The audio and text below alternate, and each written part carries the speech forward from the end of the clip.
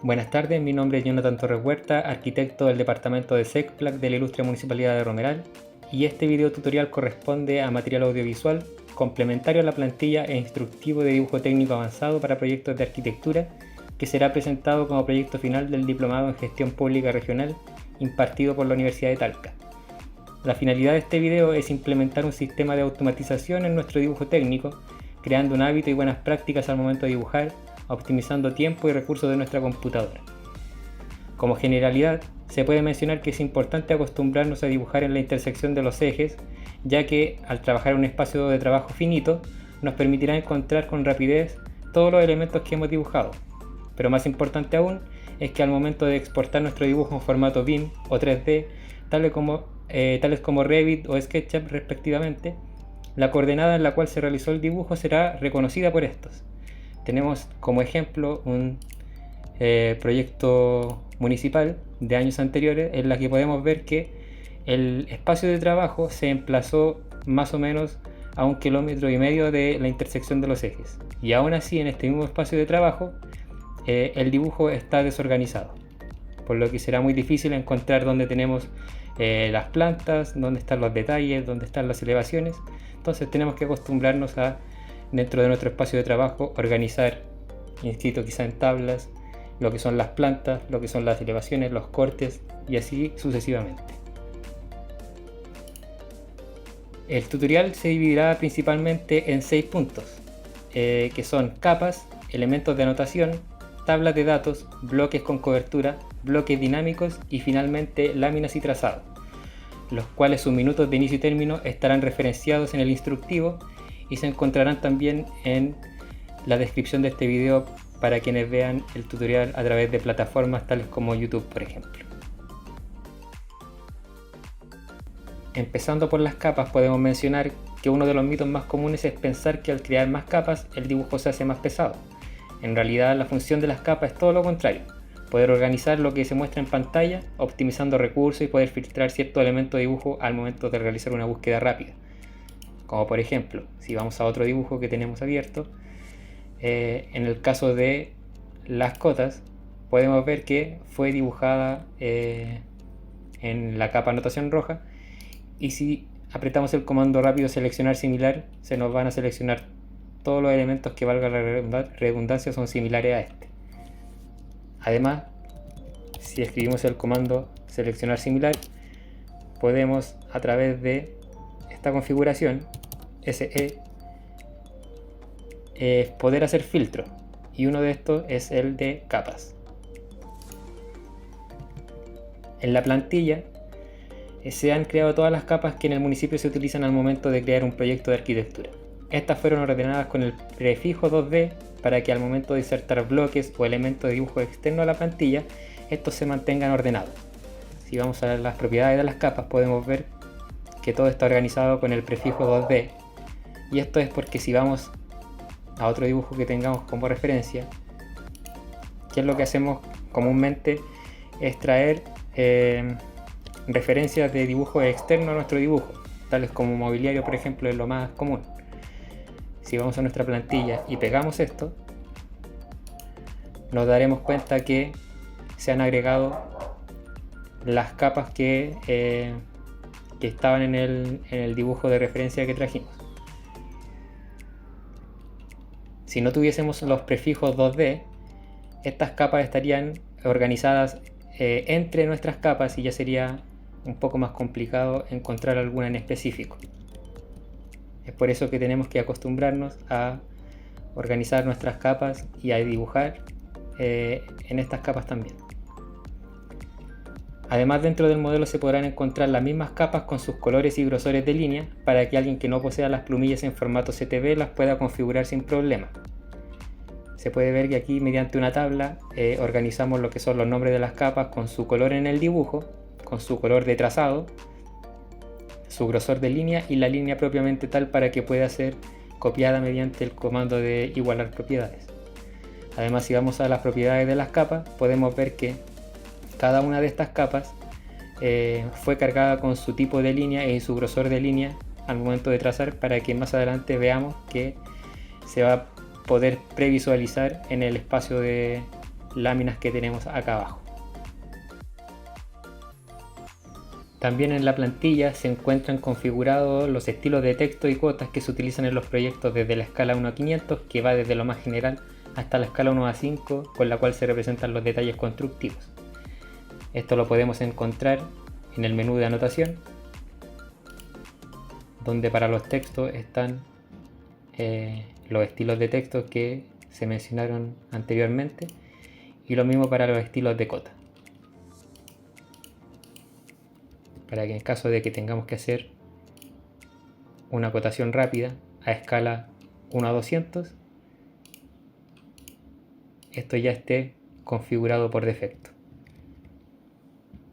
Además, en el espacio de trabajo se encuentran las cotas con sus respectivos textos para aplicar igualar propiedades en caso de que se hayan realizado las cotas en un estilo de anotación que no corresponde al dibujo. Por ejemplo, si yo dibujo una cota en la escala 1 a 200, sin embargo, lo que queremos representar quizá es un detalle, podemos igualar las propiedades de la escala 1 a 20 y traerlas a nuestra cota dibujada, para no tener que borrar todas las cotas y volver a realizarlas en la escala que corresponde, sino que esto ya va a estar definido aquí, y lo mismo con los textos. También se podrán encontrar otros elementos, tales como los textos de recintos con superficie, los niveles de piso terminado, las burbujas de ejes. También por acá tenemos las secciones en planta, niveles de elevaciones y cortes, descripción de materiales, simbología de materiales y la simbología de interrupciones. En tercer lugar, podemos encontrar las tablas de datos, que si bien se pueden exportar desde planillas Excel a dibujos de AutoCAD, a veces, si no se cuenta con el archivo dentro de la carpeta de los documentos, se pueden presentar problemas de compatibilidad, como por ejemplo que no te envíen la tabla Excel adjunta a un correo y que después no puedas previsualizarlo. Es por esto que en el espacio de trabajo se encuentra una tabla con algunas indicaciones de cómo, por ejemplo, llenar de manera automatizada un cuadro de superficies. Si dibujamos, por ejemplo, un rectángulo que va a ser nuestro polígono de superficie, aquí tenemos ciertas indicaciones, que es pinchar la celda e insertar campo, depende del idioma también, y seleccionar objeto.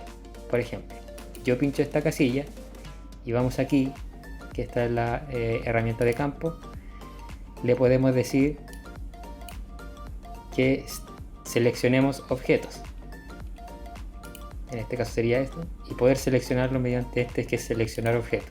Seleccionamos nuestro polígono y le decimos que lo queremos en un formato decimal, que lo queremos con una precisión de 3 decimales, y podemos agregar formatos adicionales como por ejemplo los sufijos, que serían metros cuadrados. Le damos OK y OK, y podemos ver que esto se completa de manera automática. Si vamos aquí a las propiedades, podemos ver que la superficie es exactamente la misma, redondeando los decimales claramente en nuestra tabla. Si agregamos una más, podemos hacer que en la siguiente tabla se llenen los datos de objeto de nuestro siguiente polígono, que podría ser el B, con la misma precisión y un sufijo de metros cuadrados. Le damos OK, OK, y ya se completó la segunda casilla. Además, podemos insertar fórmulas básicas, tal como similar a cómo funciona en Excel, sin tener que depender de otras aplicaciones, otros software para poder completarlo. Entonces, vamos aquí, insertamos una fórmula de suma. y seleccionamos los datos que queremos sumar. Enter. Y también aquí podemos agregar formatos adicionales en esta pestañita que está acá abajo. Le podemos dar la precisión y agregar un formato adicional, un sufijo de metros cuadrados. Entonces esto es mucho más rápido al momento de completar, por ejemplo, cuadros de superficie, como estos que se encuentran acá, de manera más automatizada y sin depender de software como Excel. Además, esto tiene la particularidad de que si tenemos que modificar por ciertos motivos nuestros cuadros de superficie, nuestros polígonos de superficie, si recordamos que aquí son 58 metros cuadrados aproximadamente, y esto lo extendemos y apretamos el comando de regen, esto también se va a actualizar, estos datos. El 106 de acá, si volvemos a modificar nuestro polígono y apretamos regen, siempre apretando regen, esto se vuelve a actualizar, porque estas casillas de acá están enlazadas a este objeto que sería una polilínea. También se pueden enlazar a objetos tales como un hatch, por ejemplo. Si yo hiciera un sólido y lo hago en la otra casilla, vamos a insertar un campo, un objeto, y en este caso le vamos a decir que va a ser un hatch. Pero ¿qué vamos a tomar de esto? ¿Qué propiedad? Vamos a tomar el área de este hatch, decimal, la precisión, y esto es opcional, lo de agregar un sufijo, que sería en este caso metros cuadrados. Vamos a OK. Entonces aquí sí, yo elimino esa polilínea y aprieto regen. Este ya no me lo va a tomar, y este sí, porque está enlazado a este hatch. Nuestra plantilla de trabajo también cuenta con bloques con cobertura. Se adjuntan en esta plantilla los bloques con cobertura que se utilizan para no tener que explotar sombreados o hatch, ni tampoco dibujar estos con líneas, puesto que se utilizan muchos recursos de nuestro computador, y un error muy común es realizar los hatch alrededor de nuestros bloques de muebles, lo que puede inducir a errores como sombreados al interior del mobiliario, como también que la pantalla de nuestro computador se congele perdiendo el avance realizado. Si realizamos un polígono y a este le realizamos un hatch sólido a través de una polilínea, podemos ver que si nosotros enviamos uno de nuestros bloques con cobertura, esta no va a haber la necesidad de que tengamos que recortar este sombreado mediante esta polilínea. Además, si esto por motivos de diseño nos hace replantear la posición de los muebles, esto es súper sencillo, porque siempre donde movamos nuestro bloque se va a realizar una cobertura en nuestro hatch. Por otra parte, también tenemos los bloques dinámicos, que son bloques con atributos o con características de automatización que nos permitirá optimizar nuestro tiempo. Si lo graficamos con una ventana dibujada en base a trazos, es muy lento el proceso de adaptación a distintos vanos, sobre todo si es una ventana de tipo corredera. Sin embargo, con la ventana dinámica solo bastaría pinchar la flecha que hará la extrusión. Esto lo haremos de la siguiente manera. Tenemos un muro de 20 centímetros de ancho,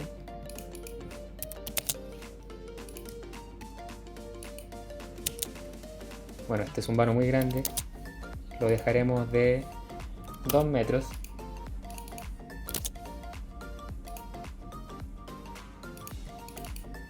Por supuesto que esto siempre lo vamos a dibujar en nuestra capa de corte que tenemos definida.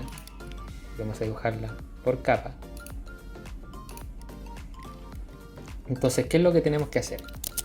Primero, para dibujar una ventana vamos a hacer el antepecho, que se verá, bueno, esto está visto en planta, por lo tanto si es una ventana con antepecho, ese se va a ver. Entonces vamos a nuestra capa de antepecho y lo dejaremos ahí. Bueno, ahora tenemos que vamos a hacer muy rápidamente,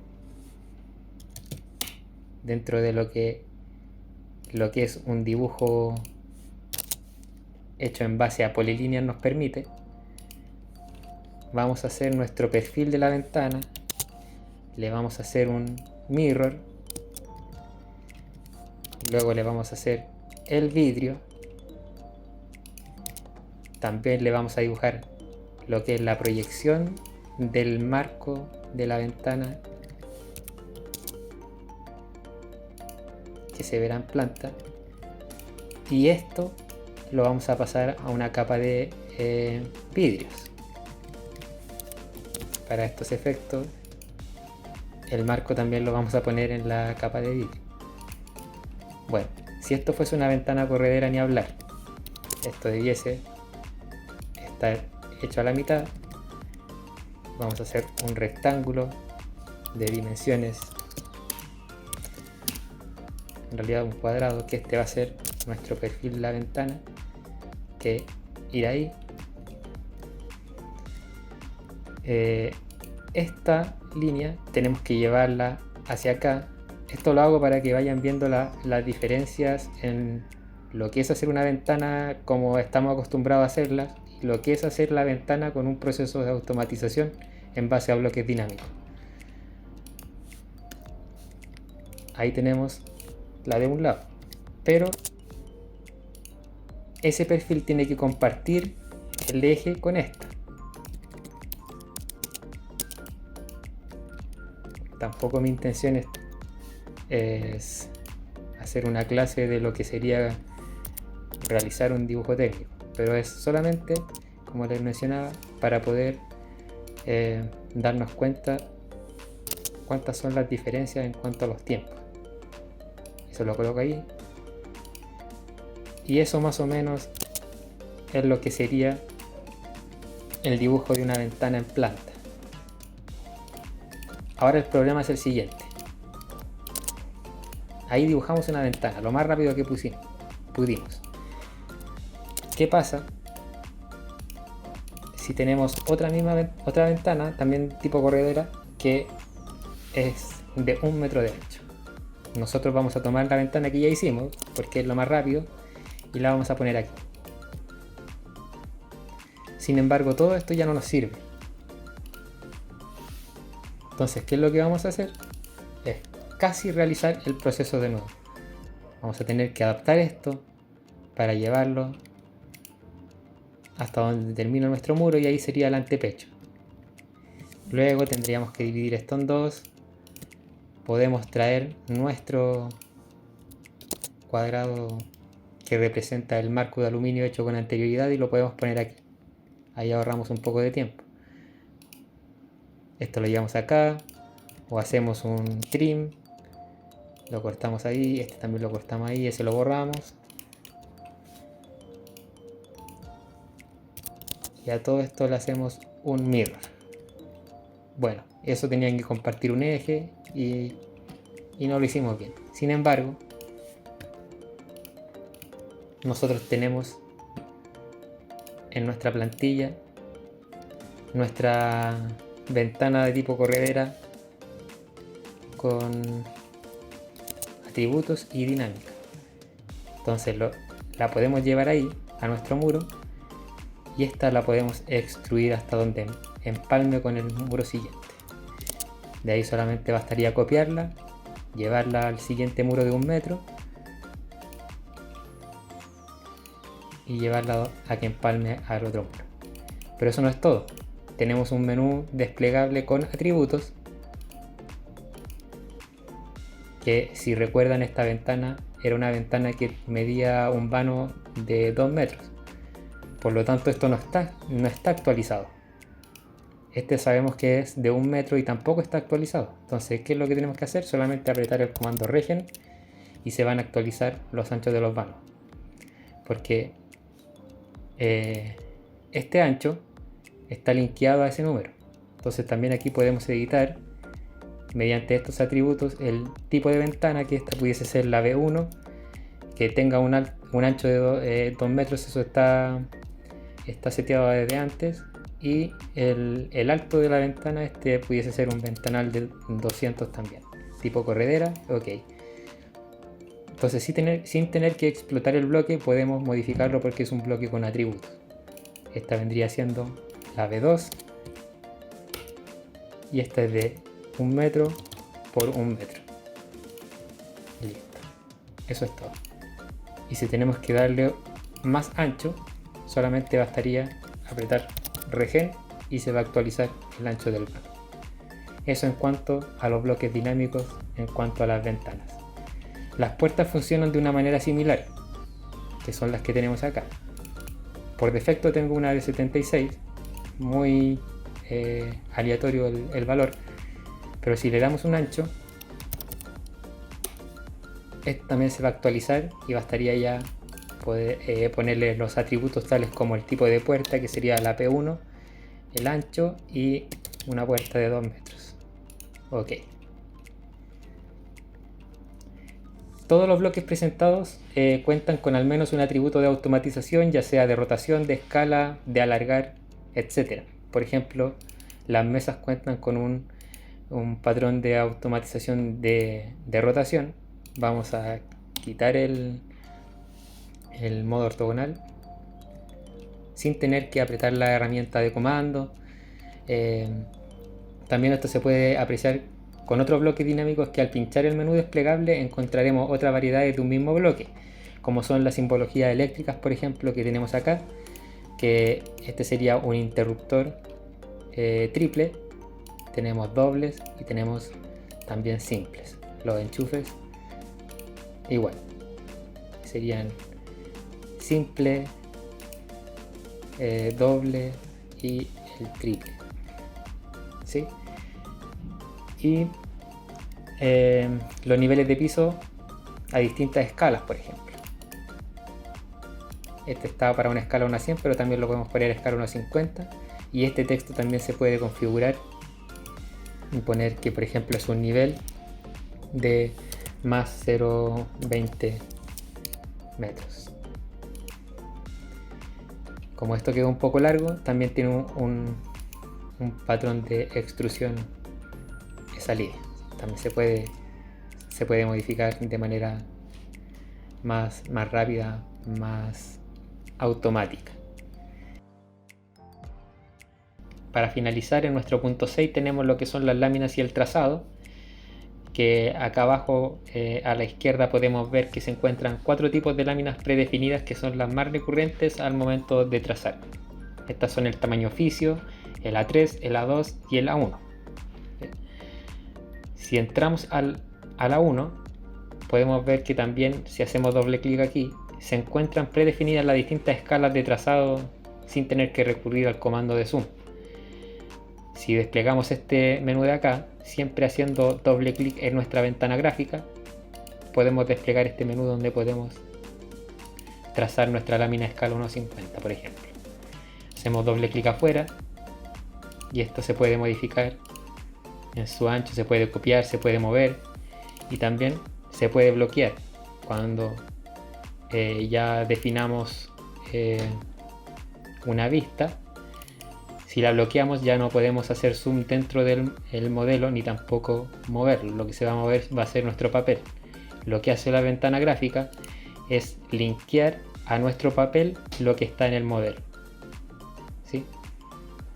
Entonces hacemos dos clics afuera y esto lo podemos copiar para poder así armar nuestra lámina y no armar nuestras láminas en el modelo. Ya les diré por qué. También podemos cambiar escala, por ejemplo, a 1:25 para mostrar algo más en detalle y así ir armando nuestra lámina a distintas escalas, que son las que tenemos acá abajo. Pero recuerden siempre con doble clic dentro de la ventana gráfica para poder linkear el modelo en nuestro papel. Y otra cosa muy importante, si optimizar tiempo es lo que se quiere, es poder visualizar en el layout, esto es el layout o papel, las planimetrías lo más similar posible a cómo estas saldrán impresas. Por ejemplo, si vamos a otro dibujo, que es el que teníamos de aquí de referencia del cuartel de bomberos, si vamos a la lámina de plantas, por ejemplo, lo que tenemos aquí es que se ve con los colores que fueron dibujados en el modelo. Entonces es muy difícil poder hacernos una idea de cómo esto se va a imprimir. Si la trazamos y la guardamos en PDF, podemos caer en el error de que alguna línea no sale del grosor o del color que nosotros queríamos y tener que volver a repetir el proceso de trazado, cambiando la línea de capa o de color, depende de cómo esté configurado acá. Entonces, lo que nosotros tenemos configurado acá, si vamos a otro ejemplo, que es el mismo trabajo de bomberos que de bomberos de Romeral, que se está haciendo un trabajo de limpieza del dibujo. Si bien aquí está dibujado en colores, está representado para poder diferenciar lo que son las anotaciones de los muros, de los sombreados, de los muebles, de los textos, etc. En nuestras láminas sí van a poder previsualizarse cómo se van a imprimir, entonces ya hay un margen de error mucho menor. Si vamos a las láminas, aquí podemos ver que tenemos configurado que todas las anotaciones van a imprimirse de color rojo. Ahora, si yo las cambio de capa a la anotación gris, todo esto está definido. Podemos ver que también estas se van a previsualizar con el grosor similar al que saldrá en la realidad y con el color también que debiese esto plotearse. Esta fue una plantilla que se hizo en base al análisis del software de dibujo técnico empleado por los profesionales en SECPLAC de Romeral y en base al estilo de dibujo de cada profesional también. Los plazos en los municipios son acotados y la cartera de proyectos es muy extensa, pero no proporcional a la cantidad de profesionales contratados.